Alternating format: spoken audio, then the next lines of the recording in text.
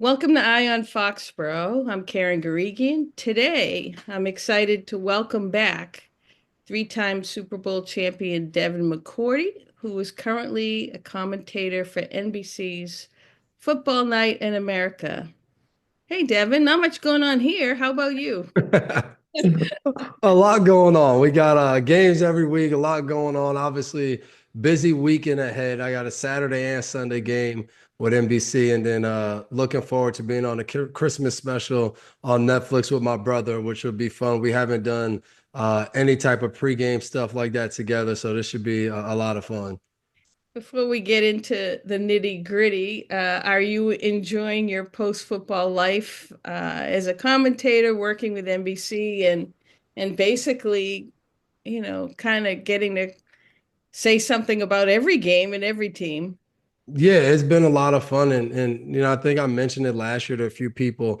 Like you kind of fall back in love with football. When you play on one team, you get so caught up in what you're doing, how the season's going, what are the divisional opponents doing, and I'm back to just watching every game and enjoying the game. You win every week when you get to go talk about football. So it really has been. It's been a lot of fun.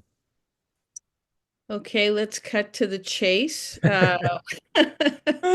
What's it what's it like for you when you watch your former team now, the Patriots? I mean, do you recognize anything out on the field? Again, in terms of, just the fundamentals you taught and how this team is collectively performing? No, I mean it's nothing like the teams that I got the opportunity to play with and play for. So, but it's also for me when I see the Patriots, I see all of the bad teams throughout the NFL. Like when you look at the bad teams, there's plays and games where you're like, that's pretty good, but it's just inconsistencies just in every phase of the game. You watch even like last night. You watch the Falcons squeak by, and like you look at the Raiders and they lost, by 6 points, and you got two punts blocked. One was tipped, one was fully blocked, and an extra point blocked, and you're still in the game, but the inconsistencies just continue to show up. And the Patriots are the same way. And I know they've had a lot of injuries and guys in and out, but just you hope at some point you can be consistent in something going forward to be like even week to week saying, at least we were this, we got to transfer that over to the other areas, but they've struggled to find that point. At the outset, maybe this shouldn't be surprising. At the outset, they weren't favored in any game during the season by odds makers, right? It was you know, they were going through a rebuild. That much was obvious. New head coach, a lot of new members on the staff. But the way I look at it, even in a rebuild, at some point you have to show some signs of progress. And typically, and I know the teams that you played on with the Patriots for so many years always built toward you were trying to play your best toward the end of the season. And we haven't really seen many, if any, signs of progress or growth, with the exception of the quarterback.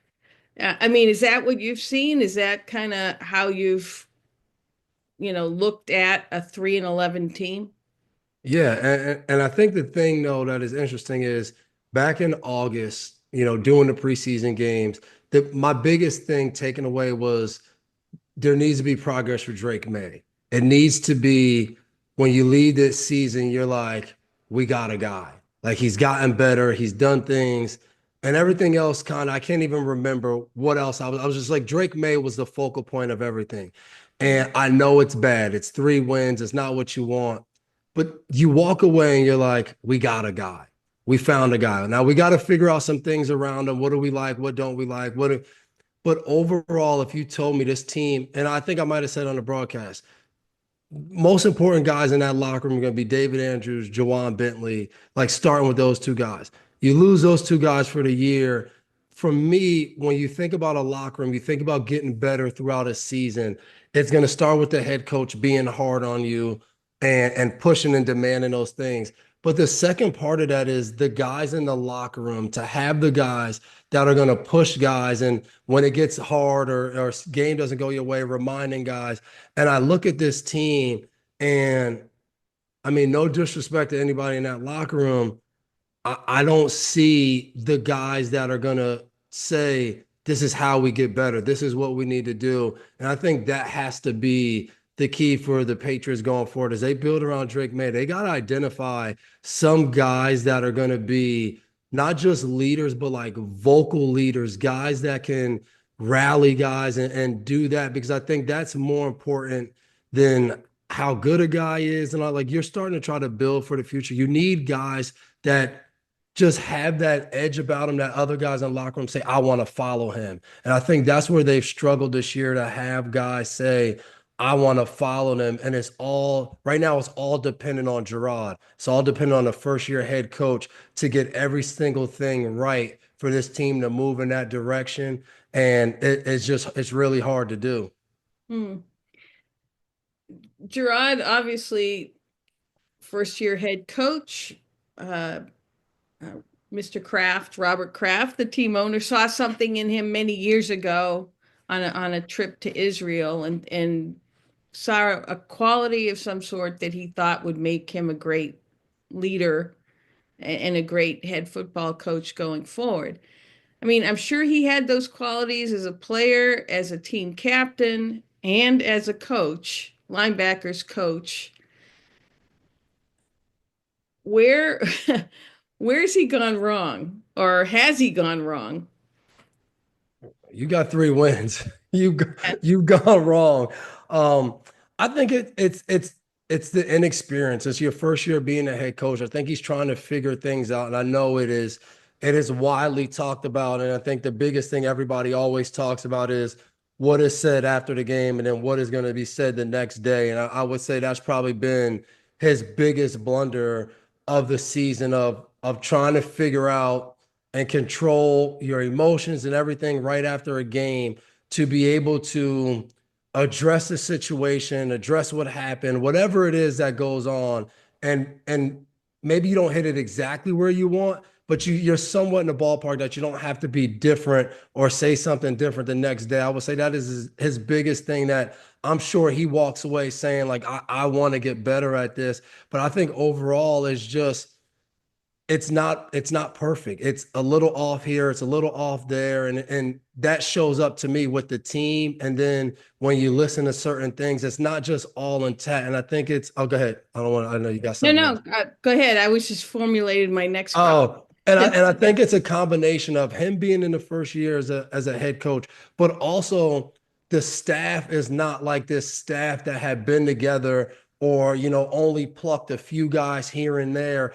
It's a lot of newness, and within that, you're figuring out a lot of new players. You're figuring out how you guys are going to bond as a staff, and to me, that has showed up a little bit when you watch them. That it's not always cohesive. It's not always moving in the right direction. And to me, it's kind of what you would expect. But I think the hard thing about the NFL is we always look at the best cases of these situations. When we see coaches come in and right away, there's some good things that happen, and then you climb and you go. We look at Kevin O'Connell, 12 wins in 2 out of the 3 years. Like, we look at that as like, well, that's what we want to be. But that's just not the norm. And it's hard to kind of deal with, especially an organization that has won six championships since 2000. Like, it's hard to imagine that you're not going to be in the playoffs year after year after year. I think a couple things when it comes to Gerard. First, um, he wants to be transparent. He wants to, kind of tell it like it is, to a point. And I think obviously saying, being transparent right after a game might not be the wisest That's thing. too hard to do for anybody. Right. So that's gotten him into trouble, I know, but I don't think there's any coach on the staff that can kind of help him. I don't think there's that veteran presence. Uh, I remember Sean McVay had Wade Phillips, his Yep. first, in his early years. And Mike McDonald down in Seattle, when my brother met with him, he talked about how key Leslie Frazier's been for him, beating him right, and being in balls. And he's like, I rely on him a ton.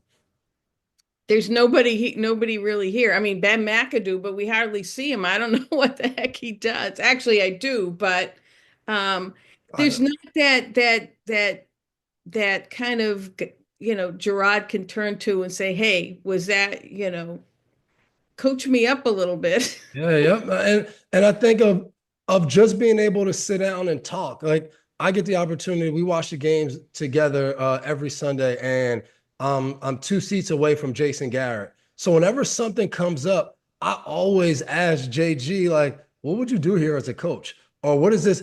And just from the 2 years I've been doing that, I've learned a ton about my natural reaction to something or what I'm thinking. He has something totally different. And he's a guy who was a head coach and he's been a coach for a long time. And I agree with you. I think there's extreme value in having, whether it's long-term assistants who, you can argue his name should have been up for head coaching jobs, or just having a former head coach who's seen a lot of different things just to be in your ear, just to that you can kind of sit down with and talk about whether it's the outlook or, hey, we got, this week 17 game where we're coming offline to Arizona. Like, what do you think? Just to be able to continuously build and grow, but have somebody watch you grow and be able to every now and then give you different things.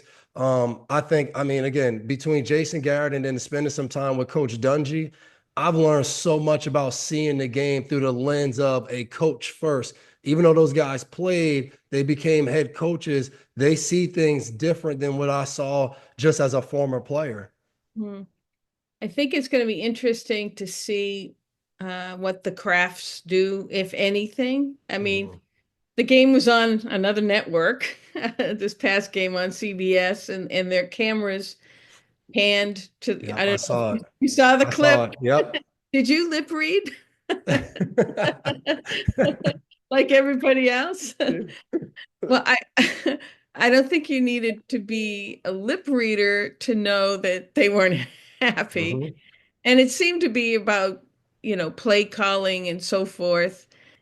I mean, would you agree that they have some tough decisions to make during this off season? Whether to stay the course, whether to totally blow up the coaching staff and the front office, or exactly what to do because, as we've said, I mean, there's 3 games to play, but it it looks like a train wreck.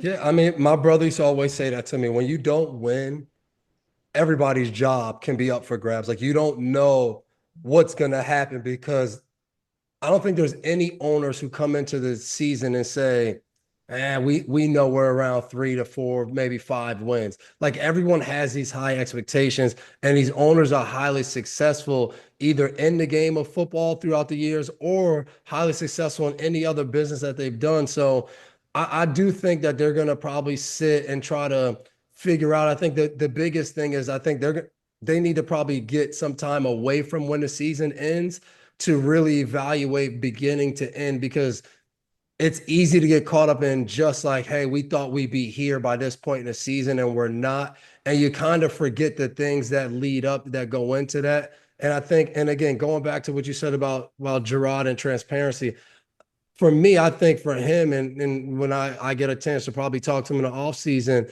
at longer lengths, I don't think you need to be transparent. Now being, looking and watching all these games every single week, and again, sitting next to these coaches.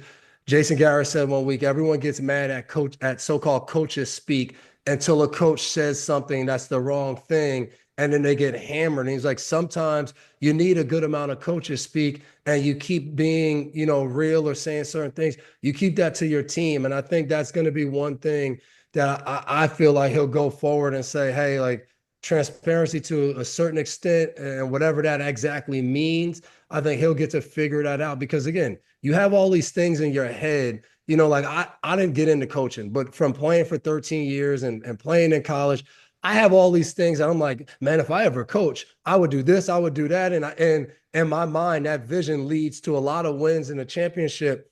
But then you get in it and you say, like, oh, damn, that's probably not. Oh, I thought this would work and it doesn't. So there's a little bit of that, I think, for anybody that becomes a first time, whether it's head coach, administrator, G, like whatever job title you get, that's a huge responsibility. You have plans, but then you have to see how some of those things work and then pivot and do things differently. Yeah, well, this past week, I'm sure, I don't know, maybe this is the one that put turns a light bulb on with Jerod, but we all took something he said that he was throwing another coach under the bus, his offensive Mhm. coordinator. And, obviously he walked it back the next day, but I think at some point he has to figure out I can't keep doing this the day after. Something has Mhm. something has to change. Um, I want to pivot, well, a little bit. I mean, I think, the offense is one thing, but I think there was an expectation for the defense to be better than it's been. Yeah. And I know there's been injuries, but what have you seen from that unit? And does it surprise you a little bit the type of mistakes they're making and how they're not necessarily keeping the team in games? Yeah. Again, I agree. National Football League injuries happen. Look at the Detroit Lions. Their team is being dismantled because of injury. So I don't want to just sit here and say like losing Jawan Bentley, how big of a issue that is, because it was. But at some point, you go and you play football games for 5, 6, 7 weeks after that. You have to try to kind of change who you are and become something. So I think one of the things that stick out to me is, I'm not in any of the meetings, so I don't understand or know what the thought process is behind game planning and all of that. But when you watch this defense, like Christian Gonzalez sticks out. Like he's making plays, he's doing things out there. Like other than that, for them this year, like no other player has, I would say, kind of played their best ball. I think Anthony Jennings is a guy who continues to get better. I think Keon White started the season really hot. I think it was like 4 sacks, maybe in 3 or 4 weeks. But like everybody else is kind of just tempered off. And there's no kind of it factor when you watch the defense. I think a huge part of that was Duggar being hurt, and then Pep's situation. To me, those are two guys that are tone setters. They play a certain way, and I think they haven't really gotten to a rhythm of playing because it's been thrown off. So overall, it hasn't worked out, and I think the biggest that I think when people watched was I think the Rams game of not having Gonzalez on, whether it's Cup or Puka Nakua, every chance you Pick got. one. Yeah. I think that irked a lot of people. But I will say of when you're game planning, and I remember talking to Coach Belichick about this in 19, of when we had, some historic numbers at certain points in the season, and that defense was really good that year. And I remember as we finished up that year, he was really our defensive coordinator for most of that season. Towards the end, he kind of moved out of the room, and Steve and Jerod took over. But he said, I'm going to miss doing that. He said, because every week when we sit down and we game plan, we come up with some game plans that we think are so good. We're going to win. He said, and then you walk into that meeting room and you don't have the guys that can execute it, and you have to do different things. You got to try to do this and pull back on that. And he said this year was special because everything I brought in there, you guys fully understood. You guys took some of those things to another level than even we were thinking it could go. And he's like, that's special when you can get that. And I think for DC, DeMarcus Covington, you come in, you're a first year coordinator, and then the pieces that you kind of were expecting to rely on, you lose. And I can only think about it as 2020, the COVID year, of me being extremely frustrated because every week we would get a game plan, and each day we have to be like, oh, we can't do this. The guys is too much for that. And I remember one of the games we went to play Buffalo and playing Josh Allen. And I looked and I said to the guys, I said, hey, I'm telling you guys the truth. We're gonna get our butts whooped. We go in there with this easy game plan against a quarterback who's a guy. We can't do it. You guys got to study more. You got to do more for us to have a chance, or it's gonna get ugly. And that could be thrown in there too as well. Hmm. Let's go back to Christian Gonzalez because I think again in a tough situation, he's emerged as a star. I mean, how good? I mean, how good is he? I mean, from what you've seen, and is he a legitimate? Is he basically gotten to the point where you can call him a shutdown corner? Yeah, he's a one. And what I love to look at when I got to New England, Lee Bottom was a corner that was there, and he was like, everybody talks about Pro Bowls, all pros. He was like, it comes down to listen to what the guys you have to play against say about you. And almost every week you turn on something. If a guy just played against Gonzalez, or if receivers are on a podcast, they're mentioning this guy's name because of how he's playing. And what I love about him is it reminds me, and I know he keeps getting the comparison, but it's very similar to Revis and Gilmore because these were the guys that, you were in the locker room. They don't say a word. You never hear anything from them. But when you turn on the film on Sunday, they have this edge about, no, no, no, no, no, no, no, no. Put me on the guy. Like, I want Marvin Harrison Jr. He's a young stud. I was in college when I want that matchup. Like, they have that energy opposite of like playing with Aqib Talib. He wanted that too, but he was going to tell you about it. You was always going to hear his voice. That's how he was. But like Gonzalez is in that kind of makeup of, I want every matchup. I want to be the guy that they're throwing the ball on. And what I love about him is he can play everywhere, left, right, in the slot. Like, those are the corners as a DB. If I was a defensive coordinator or DB coach, like I want that kind of guy to build around in the secondary. I mean, I remember, obviously having watched Coach Belichick, he would move his guy. It would, if the slot was the best guy, he would put Gilmore on the guy in the slot. And to have a corner with that kind of ability and versatility, it's almost like you have a weapon Yep. in. And to that point of why it's so important for the guys around that guy, of when we used to do stuff like that, like we used to move Revis sometimes in the slot. When he was outside, he didn't have to say a word to anybody. But when you get in at the nickel position, you're now in the center of the defense. You got to communicate.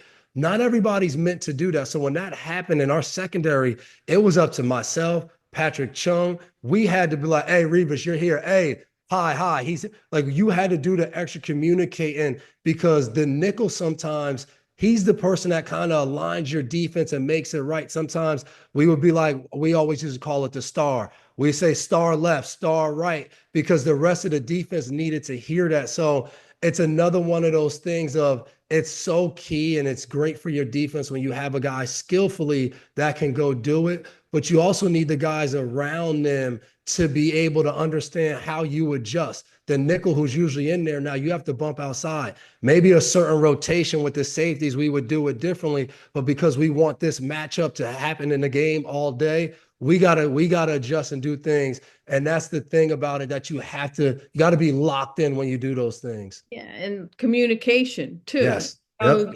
Obviously, if you want Gonzalez on this one guy and they're moving him and they're doing motion and all this kind of stuff, Yep. the guys in the backfield have to adjust around letting Gonzalez take that guy. Exactly. Yep. Yeah, we haven't. That hasn't always happened. And, and that's one of the issues of, as you're trying to build, you see this game plan and you're like, this will help us win. Especially when you look at the size of the corners for New England. You look at Puka Nacua, like I probably would have wanted to see Gonzalez. I want Gonzalez on him as much as possible. He's a big physical receiver. But in that game, like, do we have the guys? Like, which one will lead us astray more? Which one will give up more big plays? And I think that's the thing that you got to try to balance as a head coach, or not a head coach, as a coordinator, or even position coach, of trying to figure it out during the week. Not always the easiest thing, but again, that's what irked me a little bit with the team too is, and doesn't irk me, but it's a reminder that they're not a good football team of they went toe to toe with the Rams. Like they went toe to toe with this team that I think is going to make the playoffs. And I think can be pretty scary in the NFC because of what they had. And you look up and you're like, they had a chance to win that game. Then you look at the Colts, like they should have won that game. But as you sit there and you pick it apart, and then you tell yourself, like, but that's what we're dealing with. We're dealing with a team that could possibly win games, but then don't win games. It reminds me of the Cardinals from last year of being in some games, then getting blown out sometimes, just very inconsistent. Hmm. Is there something to a lot of these guys have said talk about learning how to win Mhm. or, you know, knowing what to do so you do win? Is that does that apply not only to the players but the coaching staff as well? No doubt about it. Yeah. And in the league, right away we think unless a coach messes up like time management in a game or you decide to go for it, like those big decisions get scrutinized right away after a game. For the most part, though, when you watch the game, the players are on the field. So you're gonna criticize what you see on the field more than dang, what did we talk about all week as a staff of what we want to do in this moment, but then we didn't do it? Because that's the part that people on the outside don't see. But as a staff, you got to be able to stick to whatever it is you talked about during the week. Or if something comes up at one point and you're like, that didn't work, you got to remember maybe not to go to your instinct and do it again, but do something different. Like all of that needs to blend together. And then one of the biggest things is taking what you do every day in practice and then executing it in the game. Like that's sometimes a little bit of a gap for guys, whether it's on the field, whether it's coaching, of getting comfortable on game day to execute exactly what you practice. We should always say practice execution makes game reality. But like we all know the guys, and you've seen it because when you go to training camp every year, you watch certain guys, you're like, man, this is 3 years in a row. This guy is damn good in training camp. And then you get to the games, you're like, why isn't this guy good? Like, why is he not showing up? I know the coaches like him because he did well all camp and they're putting him out there, but something doesn't click. And I think this team is still trying to figure that out of, hey, when we get into moments that we practice and we talk about in the meetings, we gotta do the right thing. We gotta execute. We can't get to the 10-yard line and get a legal formation, then a holding penalty, and then we end up 1st and 20 on a two. Like we can't do that. Mhm. Let's move to Drake Maye. Obviously, number 3 overall pick, lots of expectations. I don't want to say they slow played it with him, but Jacoby Brissett was the starter until you know after the 5th week they decided, okay, it's Drake time. And I've been impressed with his talk about progress. He's somebody who seems to continue to make progress from week to week to Yes. week.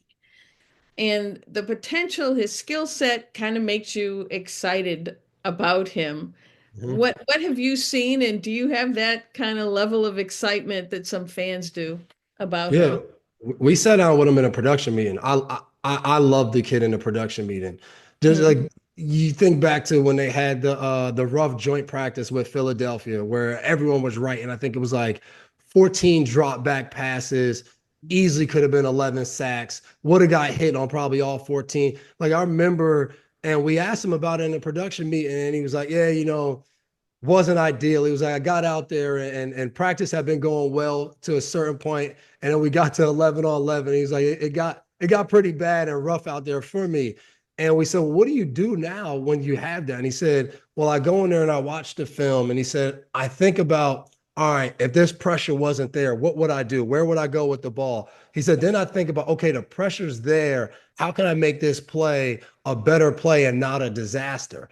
And I was just like, not one time did he talk about anybody else and what they could have done to make the play better, how this guy could have blocked, or how this guy, he needed to tell him you get like he just talked about what he can do. And to me, you see the progress for him as a player because of that mentality. He's always thinking about what he should do, how he should do it. And then when you do that over and over again, as it comes up, you change it and you do it. And it's so hard in this league because they waited and then they put him in. But then if we look at a few of these games where like what if they had 6 wins or 7 wins and there's some games we could count on and turn around, then we would be looking and say the Patriots probably did a pretty good job waiting to bring him in, and now it sets him up for going forward. And but it's that small of a line of you don't do some things right and you lose, 3 or 4 games where you could have won. And I always tell people that that's the difference of us calling a team really bad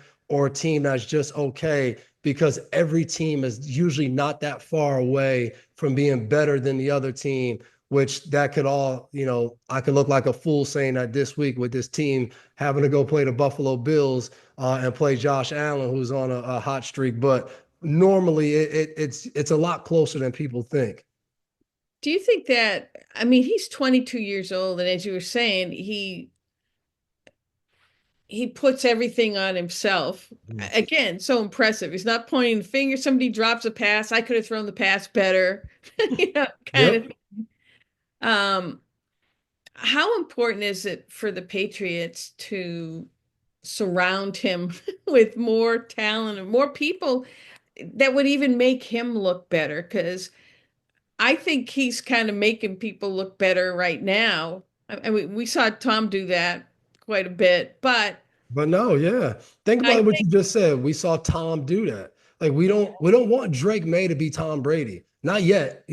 Hopefully he could be, mentioned in that, but like you don't want next year your second year quarterback having to make everybody you put out there, look like a way better player. Like that's hard to do week in and week out for any young player. And you saw it last night when you watched the Monday night game with Caleb Williams of like you got to get some things moving in the right direction, because there were certain parts in that game where you're looking at him like, this guy looks defeated. And then he got up there and he was like, I've never done this much losing. Now, it might be a little bit of, it might help Drake Maye a little bit that they didn't win a ton at North Carolina. So it's not this super rare thing like Kyler Murray, who I think lost 3 games before entering the NFL. Like those things I think become really hard for guys to deal with. But when you look at the whole NFL and you're watching games every week and you watch the Patriots on offense, again, it's not good. Like you're watching teams, and we try to watch and go and see what the outside looks like, see what coverage they're in. And sometimes you see man to man across the board and they go back to the replay and they might be showing something different. But I'm just looking to see, all right, like are they winning any matchups? Like is anybody?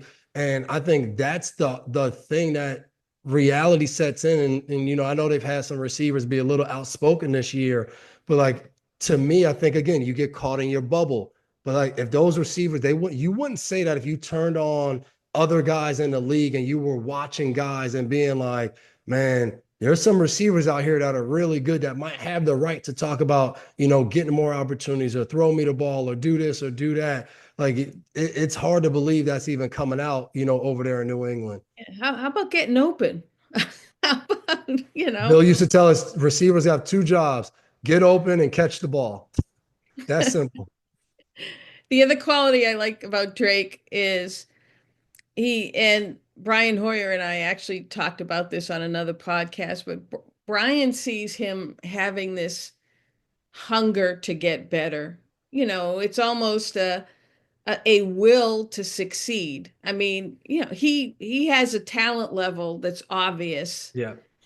but he has that inner thing that always wants him to strive to be better.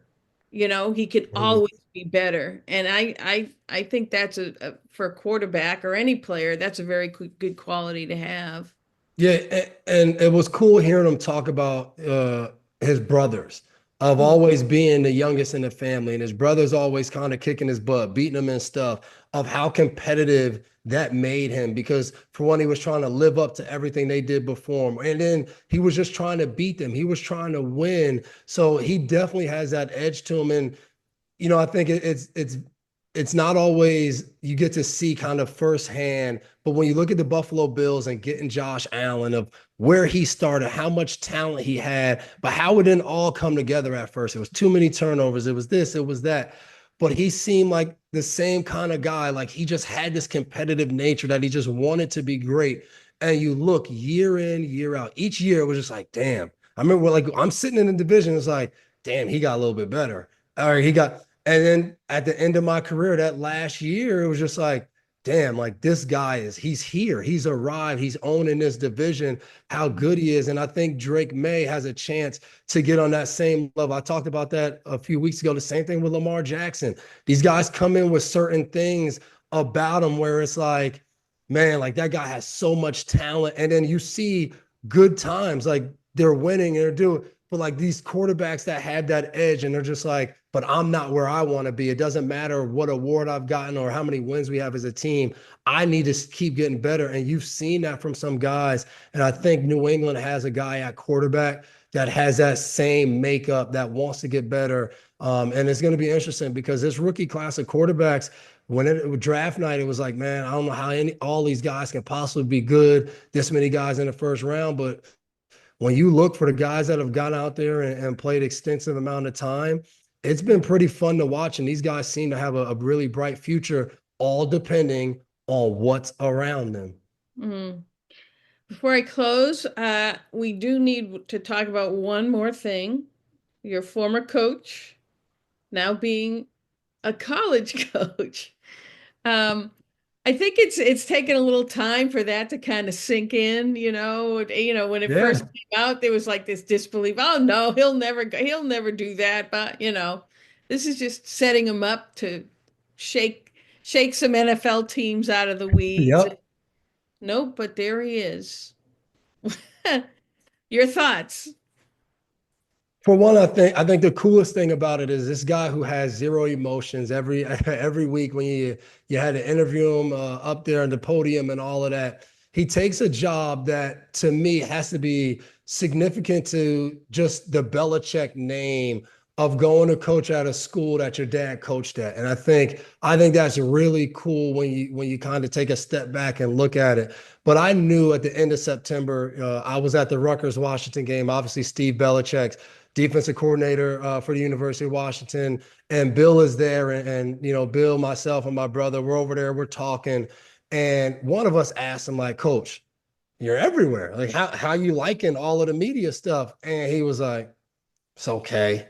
And I'm like, in my head, I'm like, what do you mean it's okay? You're on 12 different shows. It looks like you're having the time of your life. And I Mm. could tell right there when he said it's okay, and he starts breaking down how he's watched certain Washington players and what they should be doing in the game. And he thought this would happen because this guy's a pretty good player.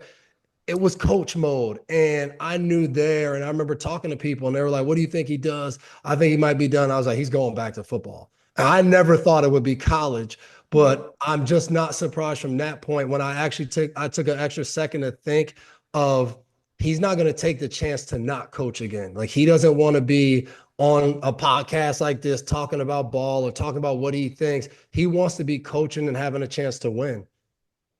So much that he reportedly called the Jets or had one of his people. Could you, what if that like happened and he turned out to be the head coach of the Jets? Now that's a kind of a head just to turn. come just to come to Foxborough every year. That's the first thing that would pop up in my mind. He just cared about coming back to Foxborough and trying to beat up on the Patriots. But second, though, like from the Patriots' twisted mind of hating the Jets, like how funny would it be next year if the Jets are bad and all we see are articles written, well, Bill Belichick did reach out and he tried to go there and you said no, and that's why you still suck. So it's so many different angles to think about. But I could not imagine him being the Jets head coach. I couldn't see that. In green of all things. Well, like you said, but this story is going to have legs, as you said, because if the Yep. Jets are bad, right? Yep. All the people, Fireman Bill or whatever his name is, he's going to be like, we could have had Could Belichick. have exactly. You're already going to see Jets fans talk about as much as they hate him. They would have loved to have him in their building, just to kind of give payback to the Patriots. Like everything about that would have been very interesting. It would have been. I mean, it would have made for one of the best Hard Knocks. Like everything that they could have done, we would have needed as much behind the scenes footage as possible. You know what, Devin? You're actually thinking like a journalist now. You've come, you've come to the dark side. I would have loved it. I'd be like, Coach, you know the facility's 45 minutes from my house. I'll be there as much as possible. Come hanging out. You can, he'd probably want to recruit you to coach. Well, anyway, thank you, Devin. This was terrific. Obviously, always love to chat with you, and perhaps we'll do it again down the road.